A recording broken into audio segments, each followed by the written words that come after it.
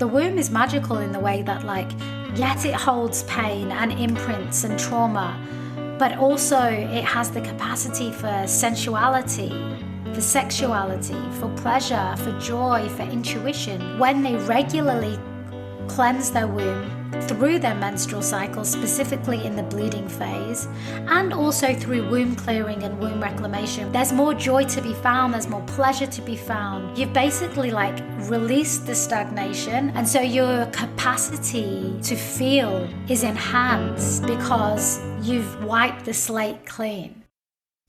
Welcome to the Wildflow podcast with me, Charlotte Puanto, certified cycle and feminine embodiment coach and shamanic womb guide. In this podcast, I'll share my wisdom and conversations with powerful change makers, thought leaders, and embodied teachers to invite you to live cyclically in flow with your menstrual cycle instead of fearing it, to heal menstrual shame and normalize womb wisdom and period positivity, and to step into your sovereign magnetic power to create and embody the change you desire to see in your world. Settle in to unleash your wild flow.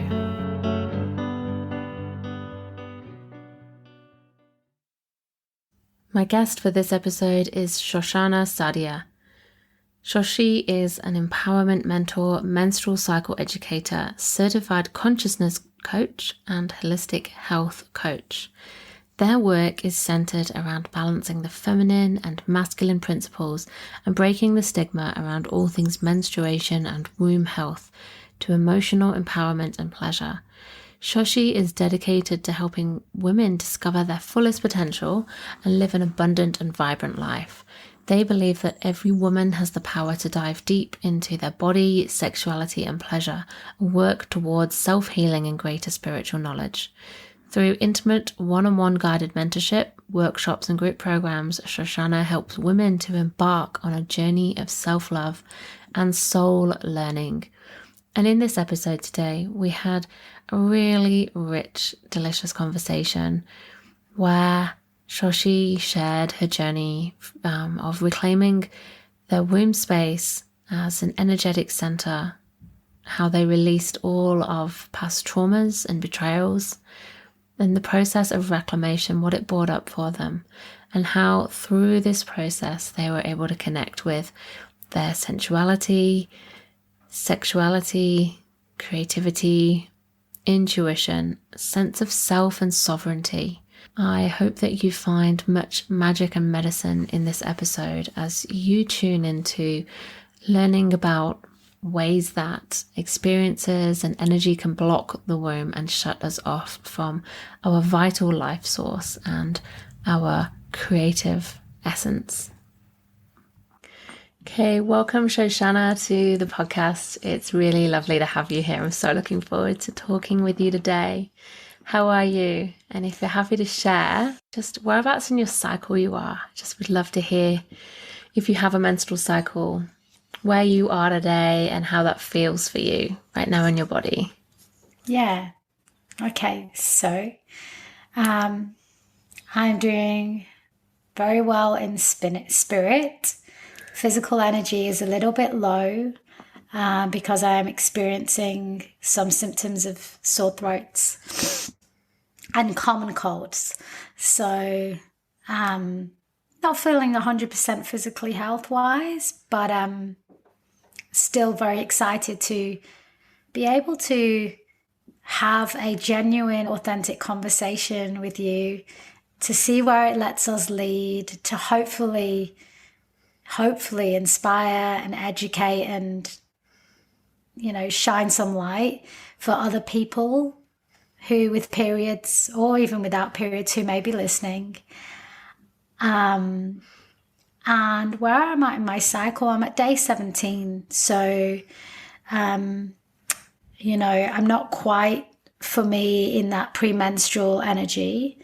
I have found personally that the way that I experience my whole cycle, meaning not just the menstruation part, but the full cycle, for those of you who are listening, is quite different to most other people that I speak to with periods. with menstrual cycles, because I have very gratefully, let me start by saying that, very gratefully, I have very stable energy and I have very stable emotions.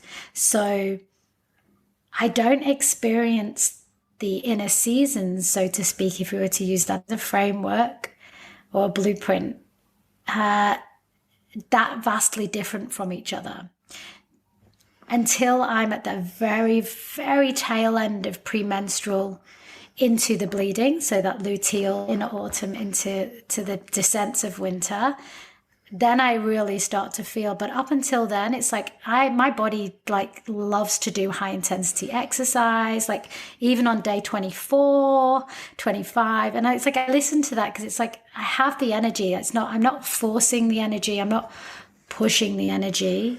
I'm listening to my body. And sometimes it doesn't want to do it, but as a general rule, it does. So, yes, I'm descending, like the very, very beginning stages of, I guess, into that premenstrual energy. But for me, premenstrual energy doesn't translate to maybe what the generic term of premenstrual energy is. And that's why I love having conversations with other womb owners and menstrual cycle humans, because it really sheds a light, I find, on how unique we all are and how we experience our periods, and not just our periods, but our whole cycle, so differently from each other. And that trying to get us cyclical beings to fit into a square just doesn't work, really, because it's like, I love blueprints and I love frameworks, and I think they're very useful. And some people, like, they when they experience these frameworks for the first time, it's like a light switch goes off in their head, or a spark goes off in their womb, and they're like, I feel so seen, I feel so understood, I feel so heard. And it really translates to their experience, their embodied experience. But I guess the point I'm trying to make is, like, that's not everyone's experience. So let's honor the diversity of representation of people who bleed within the framework of the menstrual cycle. That was a very long-winded answer. Oh, I'm just sat here with a big grin on my face and just feeling like, because this is like, yes, yeah, I completely agree. I completely hear you. And I feel like the thing I'm always saying is, what's your unique experience of your cycle and where you're at? Because I was having this conversation with someone on Instagram this morning. It's quite funny. Universe works like that. Yeah. Just the way that the framework and the seasons, like, it's like you say, it's really powerful because it gives you a context to understand that you might feel different at different parts, and you are, as a whole person, you have different aspects to you. You have different energies and qualities and characteristics and different desires and, all these things that are available to us.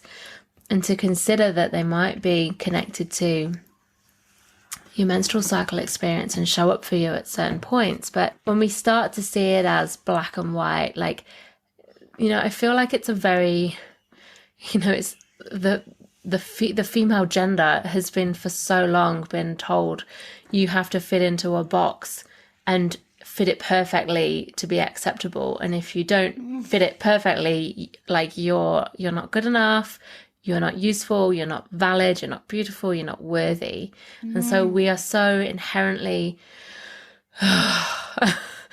conditioned to try to fit and squeeze ourselves into boxes.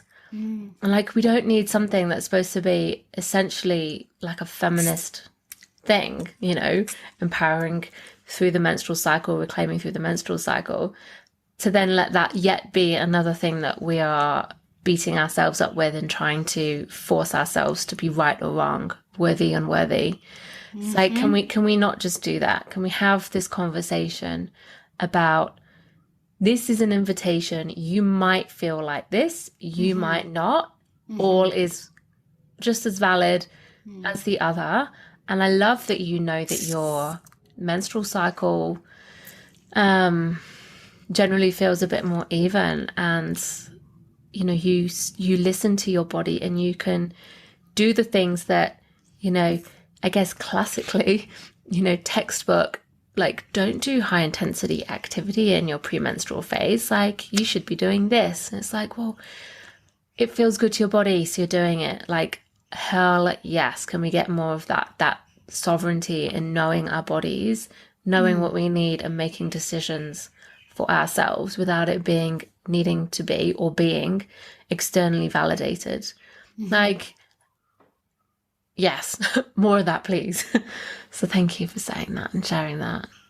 And, you're so welcome. I just wanted to share that I'm in fact, I'm not quite sure. I think it's day 22 or 23. My brain is starting to, I've had this thing where I get past ovulation and then I start to lose track.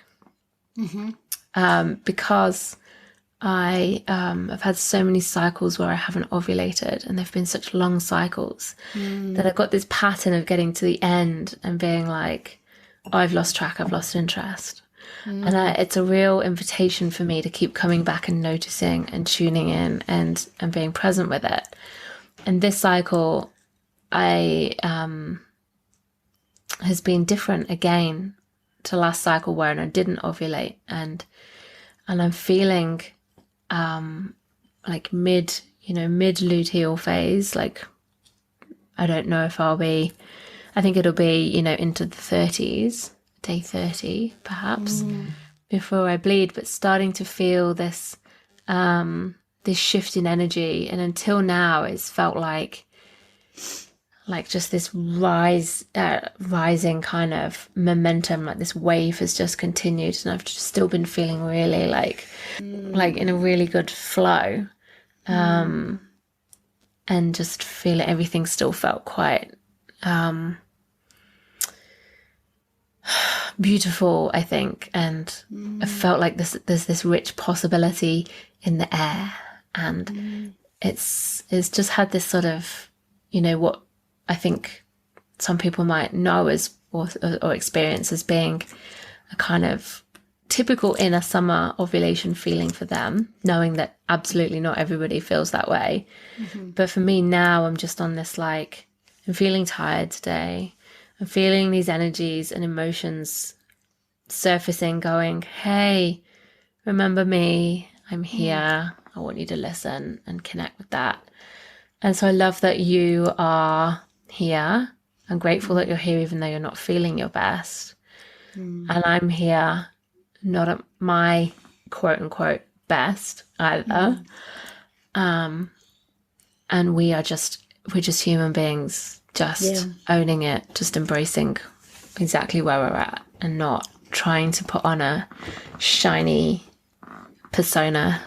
Yeah, absolutely. I feel that too. And I also feel like the more people who show up in this state in the public realm or the social media realm, the more permission it then gives for other people to be that way, you know. Not to say that you should always show up regardless and be consistent, but it's like, can you, or can a person, or can I still commit to doing the thing even though I might not feel the best, in terms of, like, not in terms of physical health, because often you do just need to rest and sleep, right? But in terms of, like, just say your energy's off, you're feeling low, like you're feeling heavy, you're feeling a little bit overwhelmed, you're doubting yourself, those kinds of, like, emotions are starting to rise. It's like, can I still, you know, if you're an entrepreneur, like, can I still sell my group program if I feel like this? Or do I need to wait till a day where I'm feeling really shiny in order to do that? You know, can I still facilitate this workshop if XYZ? And if there's anything that the cycle has taught me, it is that, we do experience these different flavors, these different energies, and all of them are valid. And it's like, for me, the main reason, or the main motivator for educating and empowering women and people with periods to understand and have literacy with their cycle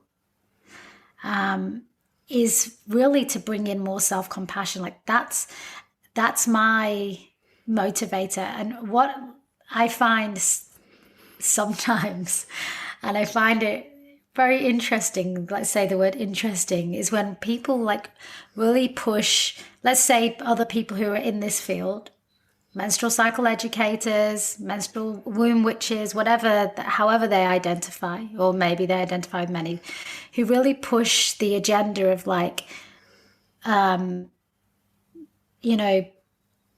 understanding your cycle through the lens of like getting more shit done, or like understanding your cycle through the lens of like, you can be more productive because you know the times that are best for doing that. And although that is so like, that there's definitely truth to that.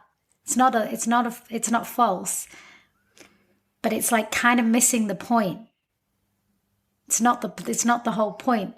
And if anything, to me, it reinforces this like insidious kind of like belief of like, anything you can do, I can do bleeding. And it's like, yeah, probably I can, we can, but it doesn't mean we should. We are speaking the same language. I completely agree. That came up for me the other week. Exactly that. Like, just because we can doesn't mean we should. I don't feel for 1 second that is empowerment. That is not. It's the complete opposite.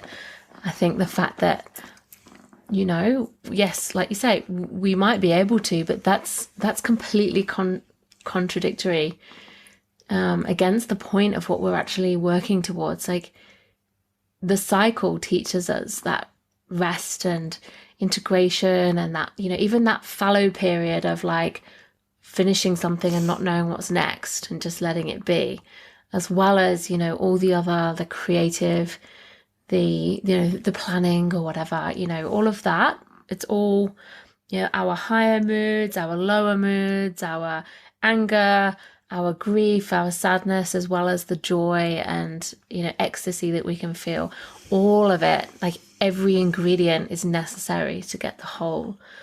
And I just think, this whole thing of like, override your period, override your need, because this is what, like you say, this is what you should be experiencing at this time, or this is how to hack your cycle. Like, I hate that. How to hack your cycle.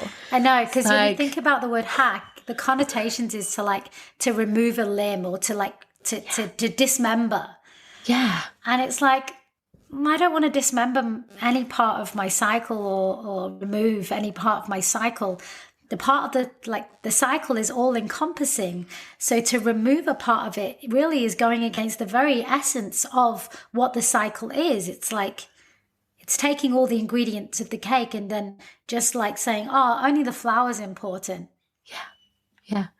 We only want the pretty cherry on top. Like, let's just hide the rest, totally. And, for hacking for me brings up, like the aggressive kind of cutting, but also it's like cheating. It's like we're just going to like hide that and break into it and cheat the system. It's like your cycle is not something to cheat. We treat our bodies as something that we can hack and override and cheat and like manipulate to, get around all of the problems that might come up and inconveniences. And, like the way we take, we can take things to, medications, hormonal birth control, which of course is an option for people, but we have to recognize the truth that it's an option for people who need it, and it's their choice, but they have to understand that it's a hack, it's a suppression. It's not fixing anything, it's just masking it and hacking it until the body goes, you really need to deal with me now, and speaks up through symptoms like, really painful periods or breakthrough bleeding or whatever else it is, mood disorders and changes, things like that. It's the whole thing. You've just really landed on something there for me. Like, this idea of hacking is and trying to cheat our way around, and rather than embracing the wholeness, is such a problem. Yeah. And I feel like also,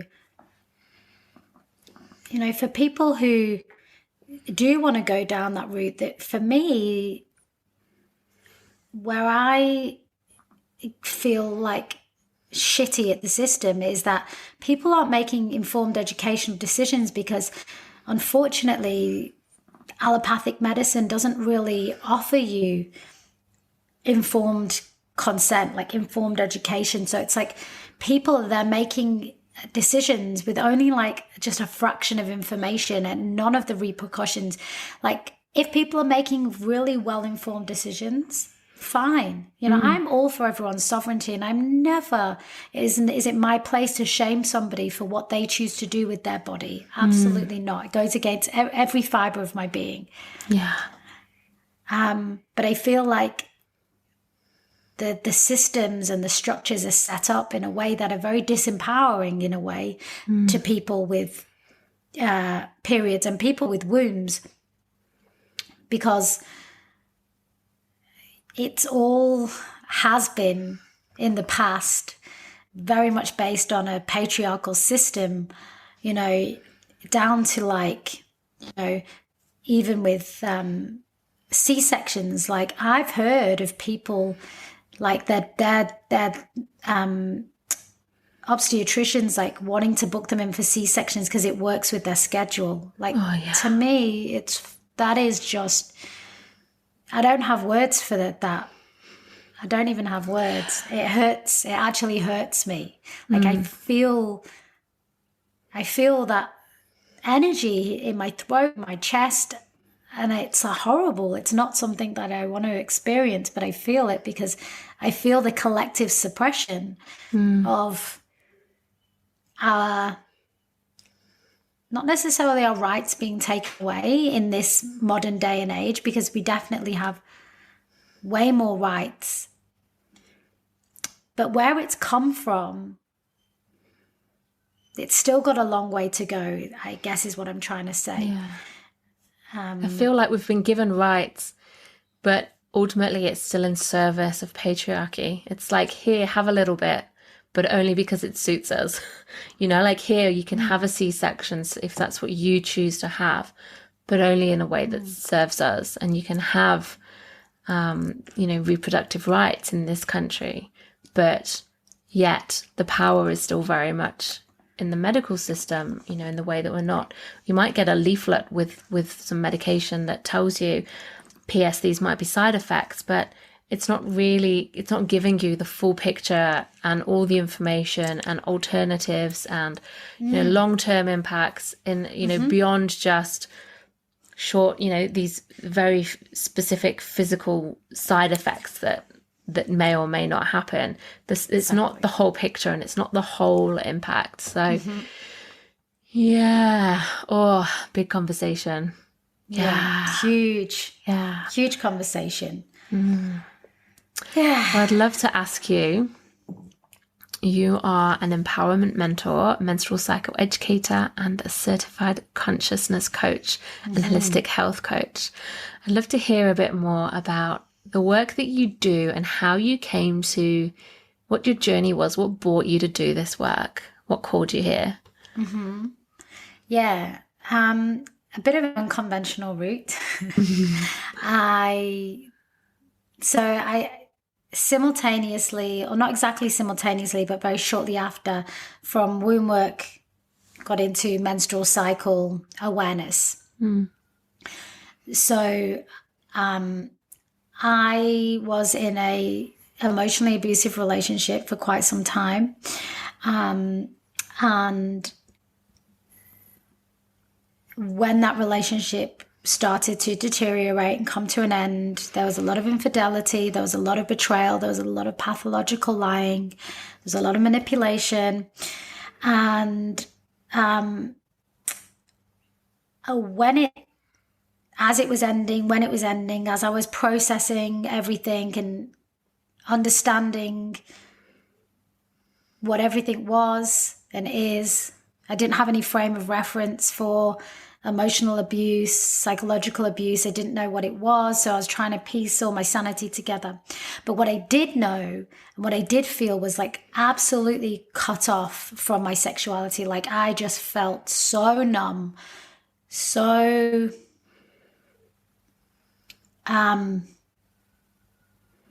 broken, actually. I felt so broken in my womb space. I felt like my womb had been invaded with this energy of countless people without my consent, which in one sense it kind of was, right? Because the energy of those other people had entered my womb over and over again through a long period of time. And it was, it wasn't just one person, it was multiple people over a long span. And I knew that it was something that had to be addressed, but I wasn't really sure how or what to do or where to even go about it. Who would I seek? Like, do I start typing into Google, my womb feels blocked? Or like, I don't feel like sex with anybody, even myself, or like, because you're having these like thoughts, and also you're still trying to process the trauma of infidelity and betrayal and loss of house, loss of business, loss of relationship. There's just a lot. And so I think how it all started was I started attending women's circles. That was the first point. I started to feel seen and heard and accepted.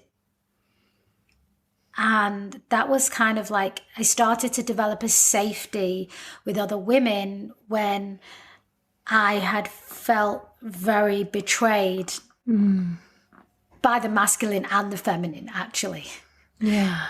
So it was like, that was a really good stepping stone of starting to feel like, okay, these are sisters, they see me, I feel vulnerable, but I feel valued. And it was a really good like olive branch, a healing olive branch. And I started to develop a conscious community. I started to go to community events where people were on a similar page of, I guess, spiritual growth and spiritual healing. And it just eventually led me down the path to people who work with the womb and being able to kind of like access resources, information, meditations, other mentors who are like, this is their speciality or expertise, womb retreats, blah, blah, blah, blah, blah. And I did a lot of like womb recapitulation ceremonies, like basically like a reclaiming of the womb being my own space, like being my creative space, being a place for my pleasure, for my, just for myself. But I also had to kind of really go into the darkness of like what was lingering there, and there was a lot lingering there. And so that has been a bit of an ongoing process. And I've done many different shamanic womb ceremonies. I've done lots of my own. I've done womb journaling. I've done so many different practices that are connecting to the womb. Physical, emotional, spiritual, sexual, de-armoring, all of the things. And I'm in a really good place now. But that was kind of like that was the pain that really stepped me on the path to my purpose, working with this space. And then, being in the conscious community, already being like in the energy of womb healing and womb reclamation, I started to see like people on social media talking about their menstrual cycle. I'm like, what is this? I got really intrigued. I saw people who were dancing with like third eye of blood on their head and roaring and talking about the wild woman. And I didn't know any of this at all. And I was just, to be honest, it was just like a yearning to know more. I was like, what is this? Who are these people and why are they so passionate? And I was like, I need to know more. This is really, there was like a calling in my womb to just fucking research the fuck out of it. Just like research, educate, and then embody as well. But it started with just the research and education. It was very much like the masculine and yang practical parts of it. And then I started to embody all of that. So the yang came first and the yin came afterwards. And and then the more I got into the embodied piece and I started to learn my own body intimately and intricately, that's how I started to become more aware of and teach the unique blueprint of the cycle work. Much like you, it's in like, let's find your unique flavors and flow.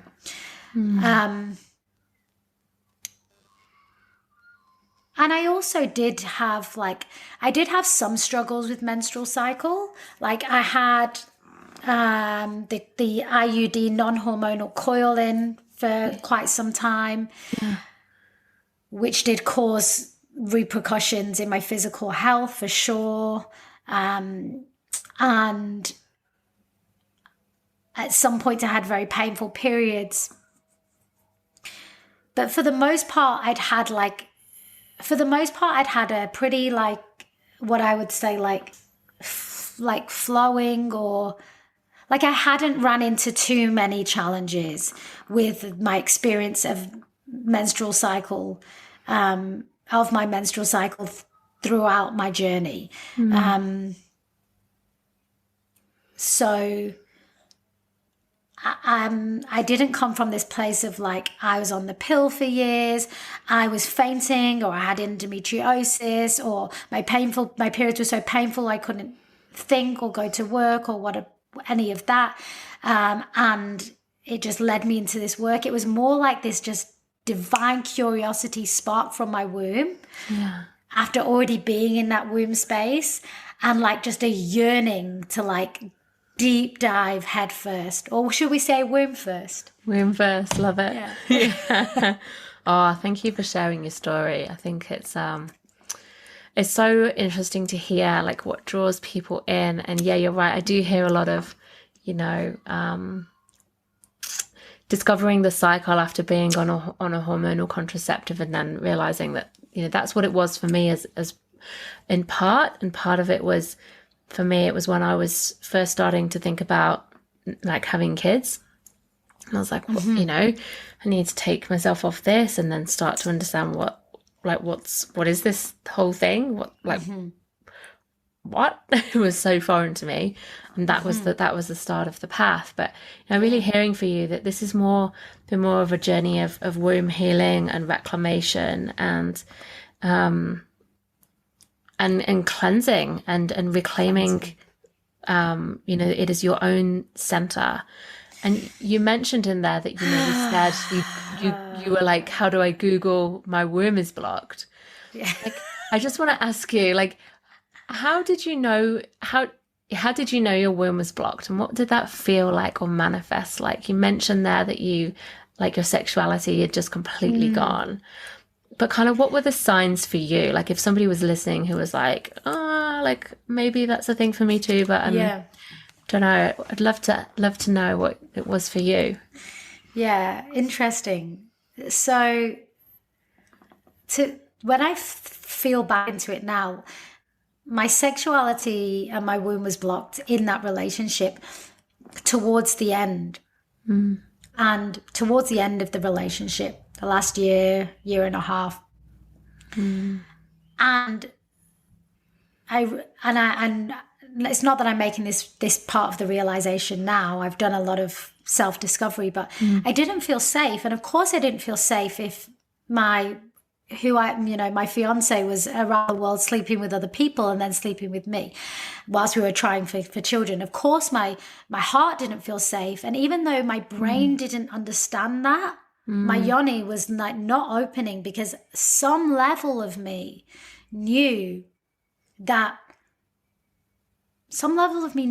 this wasn't a safe relationship, that I wasn't safe to unfurl, that it wasn't safe to unravel, that it wasn't safe to be my vulnerable self. Because sexuality, no, let me rephrase that, not sexuality. Having sexual intimacy with someone, especially penetrative sexual intimacy with another, requires a lot of vulnerability and openness and trust. That is the word that is coming through, trust. And I tried so many things. I took all the Taoist, like this was before things were even in the realm of being trendy, before there was reishi and chaga mushroom and cordyceps. Like, I've been doing this for many years. And I took all the Taoist herbs. I was doing sexual Taoist practices. Even then, I was doing the microcosmic orbit. Which if you don't know what that is, it's just a sexual practice to bring sexual energy from the yoni, the womb space, the vagina, or the vulva, into the heart, so we can marry those two energy centers. I was eating specific aphrodisiac foods. I was trying everything on the physical realm anyway. I didn't really know much about the energetics of things then. I was a health coach and a personal trainer, but I definitely wasn't super into like the spiritual, the energetics. That came later with this painful initiation. And I just find it fascinating that the body knew. And the body, like my body, like knows so many times, but the brain doesn't want to believe it, because the brain is trying to keep us safe and it's doing its job. It wants to protect us. It wants to feel nurtured and held and in community, and it wants to belong. And so, there was times where I would vomit on the side of the road, or I would be really shaken up. And then later I'd find out that was a time where he was with somebody else. It's like my body was picking up on those cues. But I was questioning myself and my sanity, because I was like, of course, this would never happen. Of course. And so later on, what I knew to be true was I don't feel like I have any drop of sexual energy or libido in my body whatsoever. I was like, I have no desire for pleasure with myself, with others. And I knew that wasn't right, because I'd had that experience of loving my sexuality in the past, or loving, say, intimacy in the past. But it was like, I just didn't feel it, and I didn't understand why. But at the same time, what I did know was I'm processing trauma, and to a degree, not sexual trauma in the way that I have been entered with. Well, I had been entered without love. Let's get that straight. But I hadn't been entered without consent. Well, I mean, there's a whole rabbit hole that I could go to with that. But let's just say, for layman's terms. And so I was like, I associated, what it was is my associations, what I made it mean was painful. I then associated all sexuality and intimacy with pain, trauma, betrayal, loss, grief, despair, abandonment. That was the association.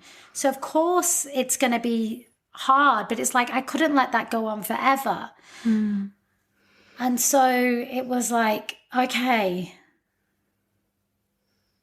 this has been a substantial amount of time.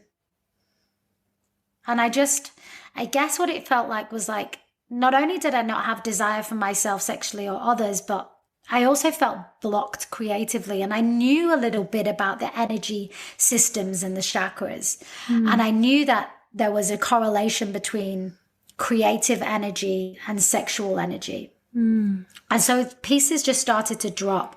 I was like, maybe this stuff is related. And I just wanted to like feel empowered again. I wanted to feel empowered again in my sexuality. And I knew that somewhere deep beneath all the rubble I could. So like, Google, help me. Help me.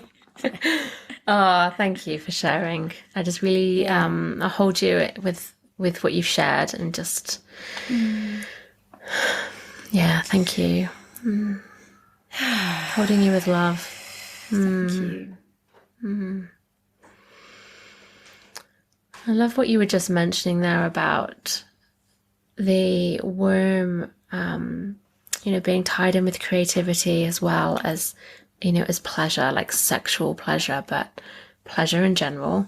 And the womb, I'd love, for you to tell us, if you're happy to, a bit more about, what you uncovered in your womb in that process, your sexuality, your creativity. But was there more as well that you came into contact with and awakened when you worked with, cleansed, reclaimed your womb and that energetic center? Yeah. To start with, it was forging and connecting, developing trust and a relationship, first and foremost. Once I got through that part of the process, it was the healing, and it was the being able to go there, being able to feel the depths of betrayal, being able to feel the depths of whatever it was that was there in its entirety. Now, what I found when I went into a lot of this work was rage. And I discovered there was like a very fierce, wild woman within, that when I really allowed her to be free, and when I supported her through a playlist or a track that would enhance that flavor, and I stopped caring about what people would think, and I maybe even told the people in my house, this is what's happening now, don't worry. And I stopped caring about how it would come across, or like I just didn't hold, I guess what I'm trying to say is I didn't hold myself back. And there was this real like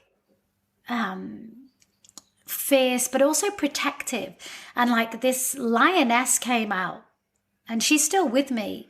And when I can activate her when I need to, and when I call upon her, I can invoke her. I can invoke that inner lioness deity within me. And she's fierce, and she's raw, and she's primal. And but she's also fiercely protective of her cubs, and fiercely like strong in her boundaries. So that was like an archetypal flavor that I discovered through the womb. I just wanted to share, I have a lioness picture by my desk with I've sort of drawn out a lot of the words that are her qualities, because she comes to me in journeys and dreams, and I'm really journeying with the lioness at the minute. And wow. The things that you were saying there, and just like looking at this sheet, and there's like, there's these words and qualities that you've put there. And some other ones that I've got are, not being afraid to roar, like not being afraid to speak and express, and the courage, creativity, resourcefulness, intuition, intelligence, collaboration as well. So to be like a divine feminine goddess archetype. And I just think that that's so, there's been so many synchronicities in what you've shared and I've been experiencing too. It's quite funny. But I love that. I love that your lioness is within you and you can invoke her. And she's there to protect you and guard you, but also to help you to, to express, vocalize, move through, what comes up, from within, from your womb as well. Yeah. And so, that's my journey. Everyone's journey is different, just like the cycle. The womb and the cycle are inherently connected. The cycle happens within the womb. It's housed within the womb space. And there's just so many different flavors within the womb, because as much as the womb can hold on to past imprinting of, like sexual trauma, being entered without love, even if it's being entered before you're ready, even if you have said yes. Medical procedures such as pap smears, hysterectomies, LEEPS procedures, any of the procedures that cone biopsies, any of those things that work on the cervix. If you get a positive pap smear and you decide to go down the route of having a cone biopsy or the laser procedure, there's many different ones. These are all the things that can be housed in the womb. Saying yes when you really wanted to say no, in relationship context, but generally these are all the things that happen kind of like within the womb area, are all the things that have the capacity to stay. And the analogy I like to give is like a bowl. The pelvis is, that's a bit wonky, although some of us do have prolapse. So it's like a bowl, and it's like every time you have words left unspoken and you swallow them down, they sit in this bowl unless you consciously choose to cleanse them and open the cervix, open the root. As you do, they don't go down into the ground and get composted by the earth. And that's the way that I see it, the analogy that I use. It's like, what are you bringing into your body, not releasing through your womb, through your pelvic roots? Yeah. And I feel like that's what the bleed can do for us as well. It's when we're conscious with it, just letting it all be cleansed with that blood, composting back to the earth, but letting go of the energetic imprints of whatever is there, over the last cycle or even longer, that lifetimes we've been held onto. Yeah. I love that analogy of, it is the bowl and letting it open and release. Otherwise it just stagnates, right? Like water would in a bowl if it was there for too long. Exactly. And you can, and also I like to see like the water or the bowl or the blood as like the feminine flow, and the bowl is like the masculine structure that holds, or the yang structure that holds the water or the blood.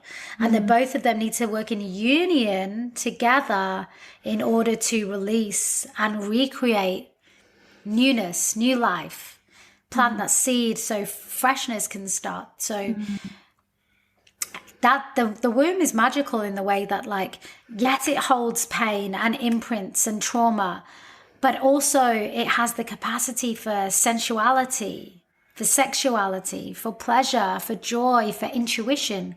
And often when working with people with womb owners, what I find is like when they regularly cleanse their womb through their menstrual cycle, specifically in the bleeding phase, and also through womb clearing and womb reclamation, which are other services that I provide, that we do regardless of whether we're bleeding or whether we still bleed or a menopausal. Once we have gone through the clearing and healing process, there's more joy to be found, there's more pleasure to be found, because you've basically like released the stagnation and now you've got a fresh canvas to work with. And so your capacity to feel is enhanced because you've wiped the slate clean. Yeah. Yeah. Totally. Like an Etch-a-Sketch. Yeah. I love that. Yeah. And, to cultivate from that place, like if all the things that we've talked about, that heaviness and density is, if it's like a scale, if that's like the 0 and minus numbers, like to bring us from there up to, the higher end of the scale, like to its fullest potential, like expressing ourselves through creativity and tuning into our pleasure and awakening that and working with it and having a devotion to those things, even when it feels like, you're starting off for the first time going like, oh, I don't know what I'm doing. I'm not creative. Pleasure's not for me. It's icky. It's like defining a new relationship with those things and just being open to expressing what your body and your intuition desires to express. So whether that's doodling and drawing or, making something or cooking or dancing and moving and just noticing the beauty of the world around you and choosing to wear things that feel good to you, just for some like really small examples as like an easy way in. I just find that can be a really powerful reframe of what creativity and pleasure means. And then it can go from there and expand as you journey with these. How about you? What's something that you what's your experience of tuning into creativity and pleasure, from your womb space? What's that been like for you as an awakening reclamation process? Yeah. So I just also want to add that with I feel a lot of people can be easily put off or deterred because they might be trying to go from like 0 to 100. It's like maybe like me, they had no libido, and then all of a sudden it's like do this jade egg practice or use a yoni wand and do some like Taoist sexual practices, and it's like that you might not be there yet. Yeah, I feel like that's for later on in the process, right? Exactly. Or maybe you've just given birth. It's like you need to meet yourself where you're at. And that's why I love the menstrual cycle. And that the essence of my work is all about self-compassion and allowing and it giving women and menstruators a reframe to love themselves when society tells them not to, basically, So with pleasure, for me, it's tuning into what's alive. That's how I frame pleasure. And it's going to be different depending on A, where I'm sitting in my cycle, B, how I'm physically feeling in my health. Like now, as I've got a sore throat, I might not want to do, sexual self-care. But doing a really slow embodied dance would feel really good for me. Massaging my foot would feel really good for me. Going for a walk in nature and just being with the trees would feel really good for me. And so what I find to be so powerful is asking yourself, am I doing this out of obligation? Because when you start to fall into, and I do fall into obligation, even with practices. And so it's a real fine line of like bringing yourself back. It's like, am I even doing these out of obligation? And how can I switch obligation to devotion? Because the outcome might be the same, but the root energy underneath both of those action steps is different. Yeah. if that makes Yeah, sense. absolutely. Where are you coming at it from? A place of should, or a place of desiring and knowing that, you know, even in the moments when you feel like you're not in the mood for it and you're like, oh, I could not. It's like, sure, you could not, but in devotion, you're giving yourself the space and the compassion to just explore and go gently and to stop and to go and to see what's there without it being a performative, I've done it, tick. Performative. Yeah. Exactly. And sometimes, like occasionally, we do need to push out of that comfort zone, and we do need to do the things that we don't want to do. And sometimes, like, the beginning point might be a little bit obligatory, a little bit like, this doesn't feel comfortable to me. This is not native to me. This is foreign to me. But then as we start to discover the benefits and really feel being the operative word, how the depth and the richness that it gives us, then it starts to come from devotion, you know? Yeah, and I feel like that's the same with a lot of things. Doing anything new at first is hard and sticky and challenging and like, oh, I should do it. But yeah, like in devotion to yourself and your pleasure and your creativity, like that's magical. That's powerful, that is. And, you know, I think there's a lot of women out there who are like, I don't have time for that, you know, imagining like somebody frolicking around and being all indulgent and sensual. Maiden. Yeah, like, you know, I've got like real life things to do. Yeah. But, you know, it's for everybody. It's for everybody. And it's a real, I feel it's like a real feminist practice to reclaim that for ourselves and not for anybody else's pleasure or benefit. Like, can we do things just for ourselves and that be enough? Yeah,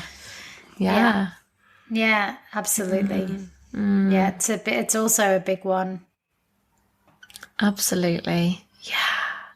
So if anyone's listening and thinking like, oh, I'm sensing I've got some, you know, womb blockages in here, and, you know, whether that's connected to expression or creativity, sexuality, sensuality, you know, what if there's something that they would like to really uncover, what would your first step be? Yeah, it's always breath, sound, movement. Yeah, the embodiment trio. Yeah, Exactly. There is specific movements that really activate womb connection, and they tend to be womb spirals, womb undulations. So sitting up cross legs and doing the kind of Sufi swirls, on all fours, like you would do like in a yoga practice, in the cat-cow practice, and then undulating, like maybe making like you've got little spirals on the base of your spine, or like you're painting. Doing that also on your back. Twerking, I can't twerk, but even like the action of trying to twerk, it activates that space. Shaking, but really focusing your mind's eye and imagination into the pelvic bowl whilst shaking and grounding. Sounding from the pelvis. So like if your pelvis had a sound, what would that sound be? And then pelvic presence. So like starting, like basically making your way around the pelvis, like as if the pelvis was a clock and you're starting at 6 o'clock and then you're just moving your way up the clock slowly, not necessarily with an implement, but just with your mind. And like asking questions like, what is here? If this had a color, what would the color be? If there was a shape, a texture, or a sound, what would that be? And without getting too much into your head about like, oh, I'm at this bit now. What is the color? What is the shape? What is the texture? What is the sound? Which can happen as well. It's more about like asking those, like having that in your awareness beforehand. Like, okay, if there's any colors, or shapes or sounds or writing that wants to come up. I'm acknowledging that now. And then as you go through the practice, letting go of all that, because you've already brought it into your awareness, and then just seeing what wants to come through, but letting go of the attachment of anything coming through being profound or life-changing, and just letting it be and being open to the receiving.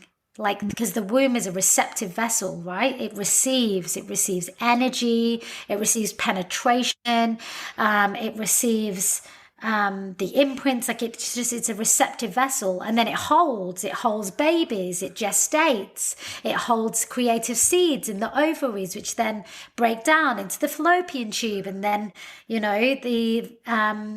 then breaks down and becomes your period. So, it holds, it creates, it gestates, and it receives. It's just basically a magic cauldron of all the things. It really is.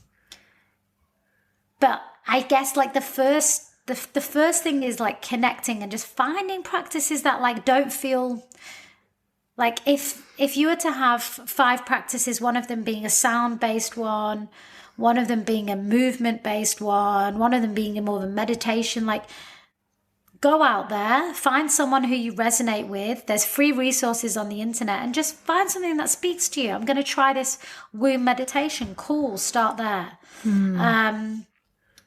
Maybe just don't jump the gun too far ahead too quickly.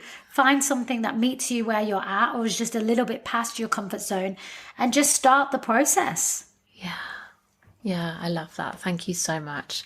That's beautiful. And I find that those tools and practices are things that I do as well. It's been really powerful for me to really come back to my pelvis and womb space in that way. And I find that, moving, like you say, moving from the pelvis and, tuning into the intuition that lives down there and the sensations that are available within our womb, and just starting with just hands over your womb even, and just like hello, I'm here, I'm listening.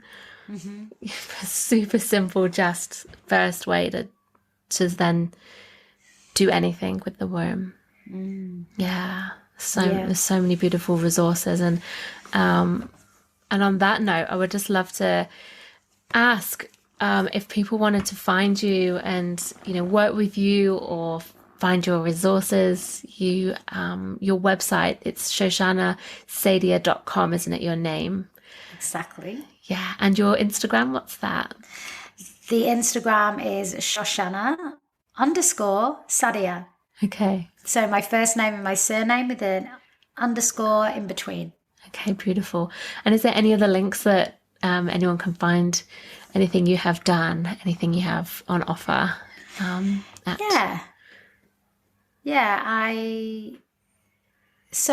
have a number of different free resources for women menstruators and womb owners.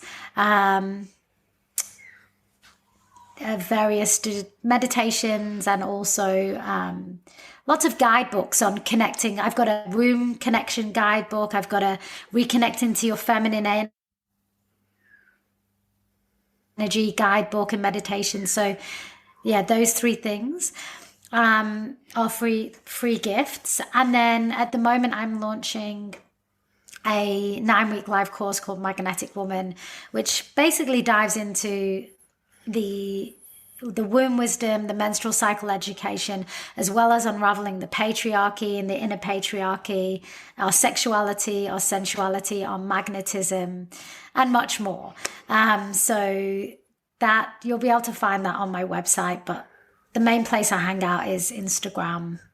Amazing. And thank you for having me. Yeah, thank you so much. I've really enjoyed hearing your story and the work that you do, and hearing more about your reclamation process. And I'm really grateful for you sharing that with our listeners as well on their own journey, their own path. Thank you so much. Thank you, my love. It's been a wild, embodied pleasure. Welcome to the Wildflow podcast with me, Charlotte Puanto, certified cycle and feminine embodiment coach and shamanic womb guide. In this podcast, I'll share my wisdom and conversations with powerful change makers, thought leaders, and embodied teachers to invite you to live cyclically in flow with your menstrual cycle instead of fearing it, to heal menstrual shame and normalize womb wisdom and period positivity, and to step into your sovereign magnetic power to create and embody the change you desire to see in your world. Settle in to unleash your wild flow.